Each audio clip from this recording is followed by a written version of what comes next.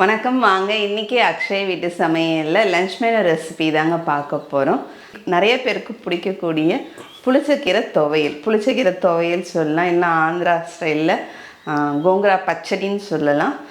இதை வந்து நிறைய விதவிதமாக செய்கிறதுக்கு இன்றைக்கி நான் செய்கிறது வேறு எங்கள் வீட்டில் நாங்கள் செய்கிற மாதிரியும் செய்வோம். இன்னொரு விதத்துலேயும் பச்சையாக வெங்காயம் போட்டு அரைச்சி செய்கிறதும் இருக்குது. அது கூடவே வந்து சைட் டிஷ் பார்த்திங்கன்னா, எனக்கு வந்துட்டு கீரையோடு சாப்பிட்றதுக்கு எப்பயுமே வந்துட்டு பகோடா பிடிக்கும். அந்த பகோடா ஆனியன் பகோடாவும் நம்ம பார்க்கலாம். இப்போ நான் சொல்லியிருக்கிற மெஷர்மெண்ட்டில் செஞ்சால் வெங்காய பகோடா நல்லா கிறிஸ்பாக சூப்பராக வருங்க. டேஸ்ட் கடையில் வாங்குற மாதிரியே இருக்குது, பகோடா கடையில் வாங்குற மாதிரி. இந்த கீரை செஞ்சு வச்சுக்கலாம். எத்தனை நாளைக்கு வந்து வச்சுக்கலாம்? புளிச்சக்கீரை பச்சை துவையல் செஞ்சு வச்சுக்கிட்டோம்னா இது வந்துட்டு ஒரு வாரம் வச்சு சாப்பிட்லாம். ஒரு வாரம் 10 நாளைக்கு வச்சு சாப்பிட்லாம், ஃப்ரிட்ஜில் வச்சு சாப்பிட்லாம். அதே நம்ம பச்சையாக வெங்காயம் போட்டு செஞ்சு சாப்பிட்றோன்னா அன்றைக்கே சாப்பிட்றதே நல்லது. ஏன்னா அந்த வெங்காயத்தை போட்டதுக்கப்புறம் ஃப்ரிட்ஜில் வச்சுக்கிறது நல்லா இருக்காது. இன்றைக்கி அதனால் நான் அதை செய்யலை, நான் வச்சு சாப்பிட்ற மாதிரி தான் செய்ய போகிறேன். ஃப்ரிட்ஜு செய்கிற கம்பெனிலாம் முதல் இழுத்து மூட சொல்லணும். அப்புறம் ஃப்ரிட்ஜு செய்கிற கம்பெனிலாம் இழுத்து மூடிட்டிங்கன்னா நீங்கள் டெய்லியும் வந்து அந்த காலத்துல எல்லாம் கூழ் பழைய சாதம் அதான் சாப்பிட்டாங்க. என்னைக்காவது ஒரு நாள் தான் இட்லி தோசைக்கே மாவு தீபாவளி அப்படி தானே அரைப்பாங்களாம். சரி வச்சிங்க ஃப்ரிட்ஜ் வச்சிங்க. இப்போ நான் புளிச்சக்கீரை வந்து ஒரு கத்தை நல்லா பெருசாக இருக்கும் ஒரு கத்தை, அதை வந்து வாங்கிட்டு வந்துட்டு நல்லா ஆஞ்சிட்டு நல்லா கழுவி எடுத்து வச்சுருக்கேங்க. நல்லா இலையை மட்டும் ஆஞ்சி போட்டு நல்லா கழுவிக்கலாம். நல்லா தண்ணியை வந்து வடிகட்டி எடுத்து வச்சுருக்கேன். இப்போ ஸ்டவ்வில் ஒரு கடாய் வச்சுருக்கேன். இப்போ இதில் நம்ம எண்ணெய் சேர்த்துடலாம். நல்லெண்ணெய் சேர்த்துக்கலாங்க. ஒரு 2 ஸ்பூன் அளவுக்கு எண்ணெய் சேர்த்துக்கலாம். இப்போ இந்த எண்ணெயில் இந்த சைஸில் 2 கட்டி பெருங்காயம் சேர்த்துடலாம். பெருங்காயத்தை அப்படியே லேசாக பொரியிற அளவுக்கு நம்ம வறுத்துக்கலாங்க. இது கூடவே வந்துட்டு காஞ்ச மிளகா நம்ம காரத்துக்கு தகுந்த மாதிரி சேர்த்துக்கலாம். நான் இன்றைக்கி ஒரு 8 காஞ்ச மிளகா சேர்த்துருக்கேன். காஞ்ச மிளகாவும் பெருங்காயத்தையும் வறுத்துட்டு நம்ம ஒரு தட்டில் எடுத்துடலாம். காஞ்ச மிளகா இதை மாதிரி அப்படியே உப்பி வந்திருக்கும், இதை மாதிரி வறுத்துக்கணும். 1/4 ஸ்பூன் அளவுக்கு வெந்தயம், 1 ஸ்பூன் அளவுக்கு சீரகம்,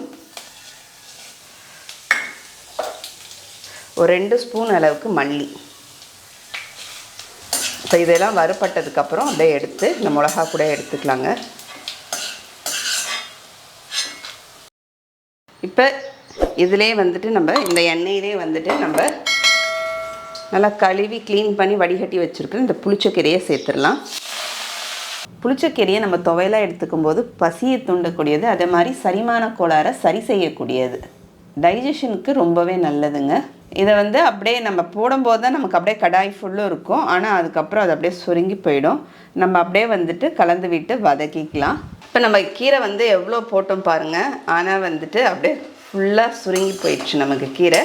இந்த கீரையை நல்லா நம்ம மசிகிற அளவுக்கு நம்ம நல்லா வதக்கிக்கலாம். இன்னும் நல்லா வதக்கணும். புளிச்சக்கீரையில் வந்து அதிகப்படியான இரும்பு சத்தும் நமக்கு வைட்டமின் சி சத்தும் இருக்குது. அதை மாதிரி வந்துட்டு சித்த மருத்துவர்கள்லாம் என்ன சொல்கிறாங்கன்னா, இதில் வந்து இந்த கீரையை அடிக்கடி எடுத்துக்கிறதுனால நமக்கு வந்து டிபி காச நோய் இருக்கிறவங்கெல்லாம் எடுத்துக்கிட்டாங்கன்னா அவங்களுக்கு வந்து நல்லதுன்னு சொல்கிறாங்க. அது மாதிரி உடம்புக்கு வந்துட்டு குளிர்ச்சியும் கூட. இப்போ இந்த வெயிலுக்கு நல்லா குளிர்ச்சி கொடுக்கக்கூடிய இந்த புளிச்சக்கீரையை வாங்கி நம்ம சாப்பிட்டுக்கலாம். இது அப்படியே நமக்கு வெந்துக்கிட்டே இருக்கட்டுங்க நல்லா குழைய. அதுக்குள்ளே வந்துட்டு நம்ம வறுத்து வச்சதை நம்ம பொடி பண்ணிடலாம். இது கூடவே கொஞ்சமாக உப்பு போட்டு அரைச்சிக்கலாம். மிளகா வந்து என்னது வந்து காரம் கம்மியாக இருக்குன்றதுனால நான் சேர்த்துருக்கேன்.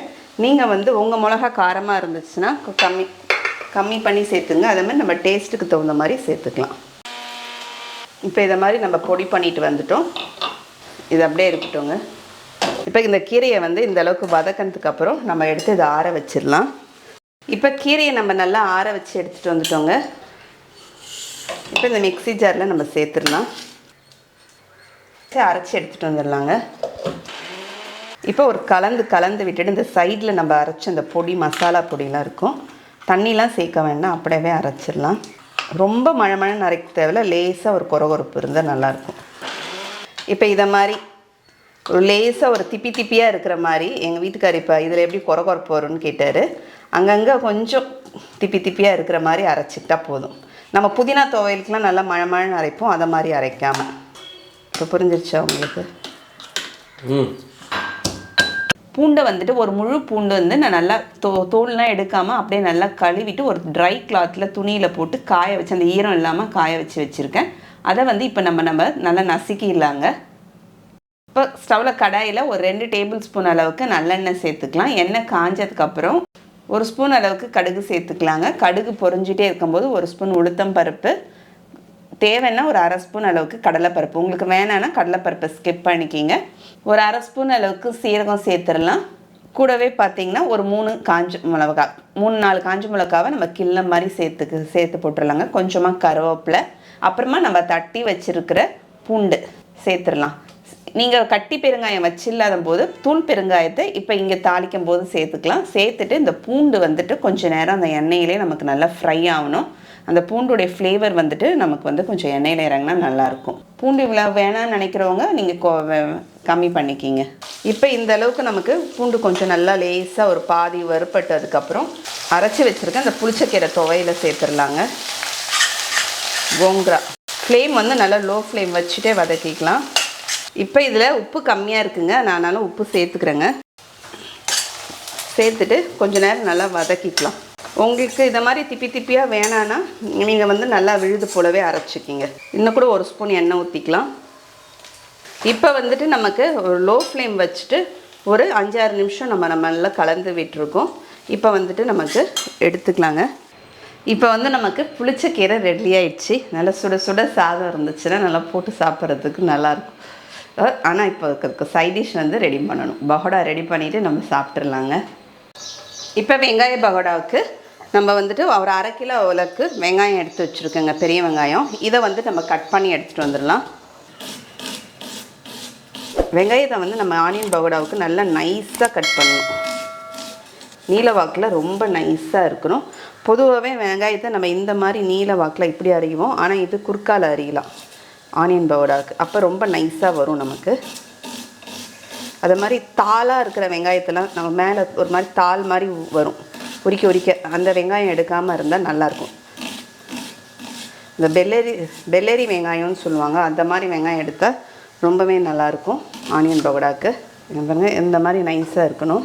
அப்படியே வெங்காயம் சீவனம் போல் இருக்கணும் நமக்கு. இங்கே வானலில் வந்து பார்த்திங்கன்னா கடாயில் எண்ணெய் ஊற்றி வச்சுருக்கேங்க. இப்போ இங்கே வெங்காயத்தை நம்ம கட் பண்ணி வச்சுருக்கோம். இப்போ இந்த வெங்காயம் பாருங்கள் எவ்வளோ நைஸாக இருக்குது. இதை எடுத்து இப்படி போடும்போதும் நம்ம வந்துட்டு கையால் அப்படியே உதிர்த்து விட்ட மாதிரி போடணும். அப்படியே கையால் பிசைஞ்சு போடுற மாதிரி. ஏன்னா 1-2 வந்துட்டு இதை மாதிரி ஒட்டின மாதிரி இருந்துச்சுன்னா அது நமக்கு பிரிஞ்சு வந்து விழும். அதனால தான் இப்போ இந்த மாவை வந்துட்டு நீ கலந்துட்டு ஃப்ரிட்ஜில் எடுத்து வச்சிரு, எனக்கு அப்புறமா சுட்டு கொடு அப்படின்னு கேட்டார். ஏன்னா இப்போ வீடியோ முடிச்சிட்டோன்னு எடுத்து வச்சிரு, மீதி மாவை நான் அப்படியே வந்துட்டு எனக்கு அப்புறமா சாப்பிடும்போது சுட்டு கொடுன்னாரு. அப்படிலாம் இது வந்து சுட்டு கொடுக்க முடியாது. ஏன்னா வந்துட்டு வெங்காய பகோடாவை பொறுத்த வரைக்கும் நம்ம எடுத்து வச்சிட்டோம்னாவே மாவு வந்துட்டு நமக்கு அப்படியே சொதன்னு ஆகிடும். சொதன்னு ஆயிடுச்சுனாவே வந்துட்டு பகோடா வந்துட்டு நமக்கு நல்லா மொறுமொறுன்னே இருக்காது. ஏன்னா வெங்காயத்துலேருந்து தண்ணி விட்டுக்கிட்டே இருக்கும். அதனால தான் வெங்காய பகோடாவுக்கு மட்டும் நம்ம பிசைஞ்சு உடனே நம்ம வந்து பகோடா போட்டுடணும். அதனால தான் வந்து ஸ்டவ்லையும் கடாய் எண்ணெய் சூடு பண்ண வச்சுருக்கேன், லோ ஃப்ளேமில் வச்சுருக்கேன். நம்ம கலக்கிறதுக்குள்ளே அது வந்து நமக்கு வந்துட்டு சூடாகிட்டே இருக்கும். இப்போ இதில் கொஞ்சமாக வந்துட்டு நல்லா பொடிசாக கட் பண்ண கருவேப்பிலை சேர்த்துடலாங்க. கருவேப்பிலை தனியாக வறுத்து போட மாட்டீங்க? அதுவும் தான் போடணும் மேலே. அப்புறமா இப்போ கொஞ்சம் பொடிசாக கட் பண்ணி போட்டோம்னா மாவில் கொஞ்சம் நல்லா நடுவில் இருக்கும். அதுக்காக காரத்துக்கு கொஞ்சமாக பச்சை மிளகாவும் சேர்த்துடலாங்க. இந்த சைஸில் இருக்கிற ஒரு துண்டு இஞ்சி தோல் சீவி எடுத்து வச்சுருக்கேன். அதை அப்படியே துருவி போட்டுக்கலாம். இப்போ வந்து நமக்கு வெங்காய பகோடாவுக்கு நல்லா ஒரு 2 பூண்டு இல்லைனா 1 பூண்டு, சின்னதாக இருந்தால் 2 எடுத்துக்கலாம், பெருசாக இருந்தால் 1 எடுத்துக்கலாம். கழுவி நல்லா தோலோடவே அப்படியே வந்துட்டு தட்டி போட்டுக்கணுங்க. இப்போ பூண்டை வந்து நல்லா இதை மாதிரி நல்லா தட்டி எடுத்துக்கிட்டோம். இதை நம்ம அப்படியே சேர்த்துக்கலாம். உங்களுக்கு பூண்டு ஃப்ளேவர் ரொம்ப வேணான்னா நீங்கள் வேணால் கம்மி பண்ணிக்கிங்க. இப்போ மிளகாத்தூள் சேர்த்துக்கலாம். வெறும் மிளகாத்தூள், தனி மிளகாத்தூள். இப்போ நான் வந்து ஒரு 1.5 ஸ்பூன் அளவுக்கு சேர்த்துக்கிறேன். நான் அரைச்சி எடுத்து வந்த மிளகாத்தூள். ஆமாம், நீங்கள் அரைச்சி எடுத்துகிட்டு வந்தது தான். நான் வேணால் பேர் போட்டு ஒட்டி வச்சிடறேன் அந்த மிளகாத்தூள் மேலே டப்பாலே. இப்போ வந்து உப்பு சேர்த்துடலாங்க. ஒரு 1.25 ஸ்பூன் அளவுக்கு உப்பு சேர்த்துக்கிறேன். அதுக்கப்புறம் பெருங்காயம் சேர்த்துடலாம், ஒரு 1/2 ஸ்பூன். நல்லா 1 ஸ்பூன் அளவுக்கு சோம்பு சேர்த்துடலாங்க. அப்படியே கசக்கி சேர்த்துடலாம். சேர்த்துட்டு ஃபஸ்ட்டு இதை அப்படியே வெறுமனே பிசைஞ்சிடலாம். கடல மாவு போடலாம் அனுதி. இதை போடணும் ஃபஸ்ட்டு இதெல்லாம் பிசைஞ்சிட்டு அதுக்கப்புறமா கடல மாவு போட்டோம். இப்போ இதில் வந்துட்டு இந்த எண்ணெய் காய வச்சுருக்கோம் இல்லைங்களா, அந்த சூடு பட்டினின்னு இருக்கிற எண்ணெயில் ஒரு கரண்டி எண்ணெய். இதை எதுக்கு விடுறோம்னா நமக்கு நல்லா கிறிஸ்பாக இருக்கும். அதுக்காக பகோடா. கடைகளில் சில பேர் வனஸ்பதி சேர்ப்பாங்க. அது சேர்க்காம நம்ம நல்லா காய்ச்சின சூடு எண்ணெயே சேர்த்துக்கலாம். நம்ம பொரிக்கிறதுக்கு வச்சுருக்கிற எண்ணெயே இந்த எண்ணெயும் சேர்த்து அப்படியே மிக்ஸ் பண்ணிடலாங்க வெங்காயத்தில். இப்போ கடல மாவு சேர்த்துறேன். 1/2 கிலோ வெங்காயத்துக்கு 1/4 கிலோ அளவுக்கு கடலை மாவு. நான் வந்து அது 200 கிராம் பேக்கெட் தான் போட்டேன். இப்போ இதில் ஒரு 50 கிராம் வச்சுருக்காங்க. இதையும் சேர்த்துக்கிறேன் கடலை மாவை. இது கூடவே வந்துட்டு அரிசி மாவு. அரிசி மாவு வந்து பார்த்திங்கன்னா ஒரு 125 கிராம் அளவுக்கு அரிசி மாவு தேவைப்படும். கடல மாவு 1/4 கிலோவா? அரிசி மாவு அதில் பாதி. இப்போ இது எல்லாத்தையும் பிசைஞ்சிடலாம். வேணும்னா மட்டும் நம்ம தண்ணி தெளிச்சிக்கலாம். அப்படியே உதுத்தா போல் பிசைஞ்சிக்கலாங்க. ஏன்னா இந்த வெங்காயத்துலேருந்து ஈரம் வந்து நமக்கு வந்துகிட்டே இருக்கும். ஆனால் எடுத்தோடனே தண்ணி சேர்த்துடக்கூடாது. வேணும்னா மட்டும் தண்ணி சேர்த்து அப்படியே பிசைஞ்ச மாதிரி பிசைஞ்சோம்னா இந்த ஈரம் வருது பாருங்கள். அப்படியே அடியில் மாவுலாம் இருக்கும் நமக்கு. அதனால் அப்படியே எடுத்து இப்படி மேலே விட்டு கலக்கணும். அந்த மாதிரி பகோடா போடும்போதும் நம்ம வந்து எப்படி போடணும்னா கையில் மாவை எடுத்துகிட்டு நம்ம அப்படியே பிசைஞ்ச மாதிரி போடணும்.